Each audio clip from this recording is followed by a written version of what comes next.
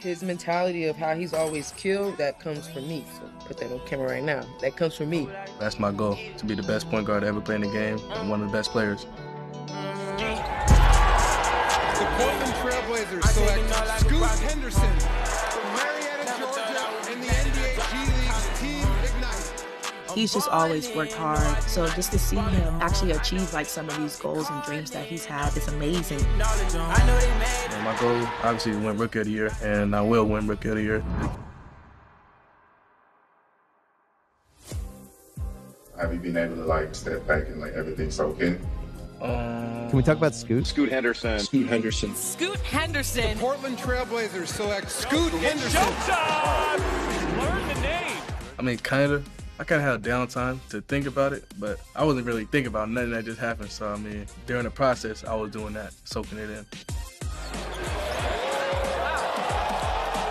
And my mindset for the rest of my career is going to be to be overly determined to dominate, just to be the best I could possibly be. You got to want to do it. You know, nobody's there to kind of babysit you. It's kind of want that you have to have in the back of your mind that you want to get to the next level. You want to get better today. I want to be remembered as, you know, the best point guard to ever play the game. Then my goals for the season is to help win a lot of games, to embrace the position I'm in, to embrace my role in the team, to be a great listener and watching film and applying it to the next game.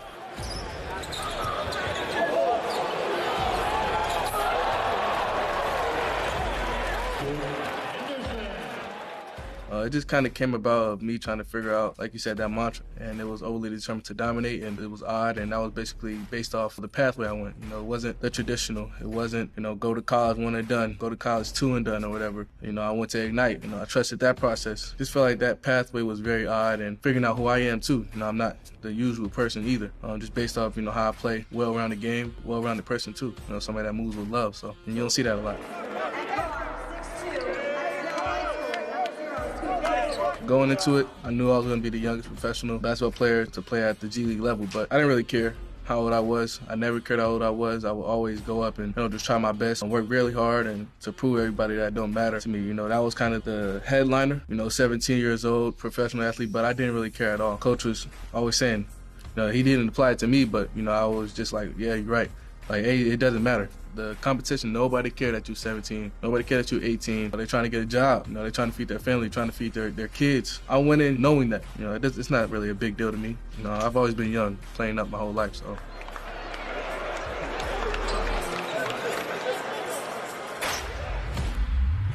How about Henderson rocking the basketball? Wow, a lot of oohs and ahs for Scoot Henderson. And here's a steal. Ignite with a chance. Henderson at the hole. Yes! Yes! Henderson to the rescue. Oh, my goodness.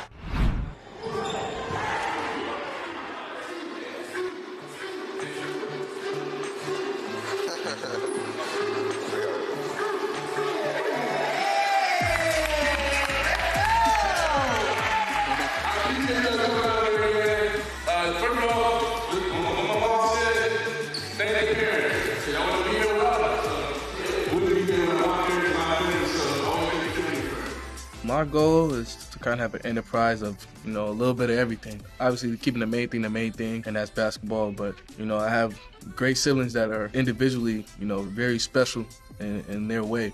I'm Diamond Henderson. I'm one of 7. I'm the first, the head of the snake. My name is Onyx Henderson. I am 4 out of 7. I am the best girl basketball player in the family. I started playing basketball around 5. Got jealous because my dad was playing with my brother, so I dove right into it. I started off my college career at Tennessee Tech, and then I finished out at Syracuse University. Next Play 360, before it was Next Play 360, it was kind of like where AU teams go, high school teams go, and they play tournaments or whatever. Place where all the hoopers went. But in 2018, we kind of tried to up that, and we have technology, and we're trying to do like STEM programs, community things. You know, the main goal is to give back. I love that my parents named it Next Play 360 because the first part of it, Next Play, it's always about the next play. We always wanted a gym, right? Growing up, we were backyard kids, blacktop kids. I mean, we got the scrapes and bumps and bruises to prove it. When we finally took it over, it was like, yes, we have a gym. And just having a space where you can really get better. I call it the safe haven. It's the foundation of our family. That's home base. We want to welcome kids from all ages, different backgrounds to come, train, learn. Everybody that walks in there, they just feel that presence like, wow, this is my home. And to me, Next Play is just a place where you can come and be yourself and kind of unwind for a second, you know? You don't have to worry about what's going on outside the gym, no politics, not your job. Just coming in there and being the best version of yourself, whether it's training, whether it's just being involved with the kids, whether it's you want to volunteer and help out the kids. We have a bunch of people that come and volunteer, coaches. You know, when I was 17, I went to a wealth summit, just learning about money, learning about certain things you can do with it and certain things that you may not be able to do with it, certain things that you have to be interested in before, you know, applying this to that. You know, I was blessed that my mom made me do that. I was kind of like, at first I was like, I wasn't trying to listen to nobody at the time, but you know, I'm glad she made me go there, and you know, I was very mature to do that. Now I kind of look back at it, you know, a little bit of everything, fashion, technology, inside of Next Play though. You know, that's the base right there.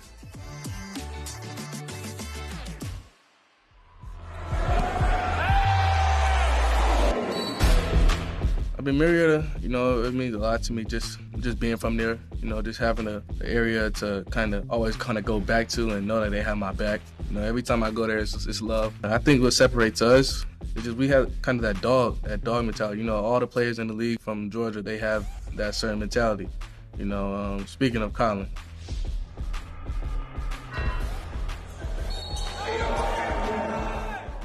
Like, you see how he producing when he gets on the floor. Jaylen Brown, you see how he producing when he gets on the floor. You know, just go-getters. You know, and I think we all kind of have that in common. Having that same type of motor every time I get on the court. You know, and making sure if I don't get that same energy or just get my mind right for the next day. If it didn't go your way, you can't really kind of take it back. You know, it's done. So my main thing is to at least, you know, if it doesn't go that way in the beginning, in the morning or whatever, you know, come back at night. And you know, kind of refresh your mind on the fact that you can hit a shot. You can hit this shot, you can hit any shot you want to hit. And that's just a mindset, a manifestation of that I kind of grew. Never doubting myself, you know, making sure I'm always putting good energy in the air, making sure I'm telling myself I'm gonna have a great rookie season. You know, I'm not saying I want to have a great rookie season. I'm gonna have a great rookie season. I'm gonna have a great career. I will have a great career, and making sure that's always in just past tense, because it happened. It's a lot of love. It's a lot of love in Portland from just, you know, the staff and, you know, the organization, but the city as well. They love me there, and, you know, I hope that continues on. He's not a big social media guy. He likes to read. If it was up to him, he wouldn't probably have a social media. So we always have this back and forth. I'm like, listen, you got to grow your brand because this is what we're into now, right? Like, before it didn't matter how many followers a person has. You're going to get those deals because you're the best. But now it's like some of these deals are going to people that might not be the best, but they have the social following. So I want everything to match up when it comes to his brand. I don't want it to be any flaws in this Scoop branding. I want it to be 360, right? So on the court, off the court, he's a better person than he is a hooper.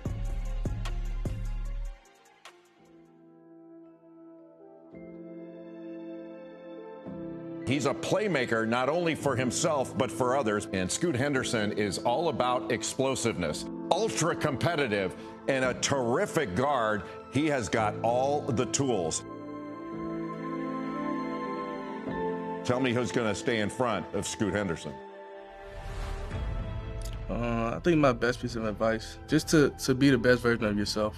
Just to be the best you could be. You know, don't try to compare us. You know, everybody has a special ability and everybody, you know, learns a different way. So my best advice is to always just to be yourself. You know, that's said a lot, but you can get caught up in trying to be somebody else. You know, even your role model. You know, don't try to be a role model. Try to be better. You know, try to figure out a way to be different than your role model, but still the best version of yourself in a better way.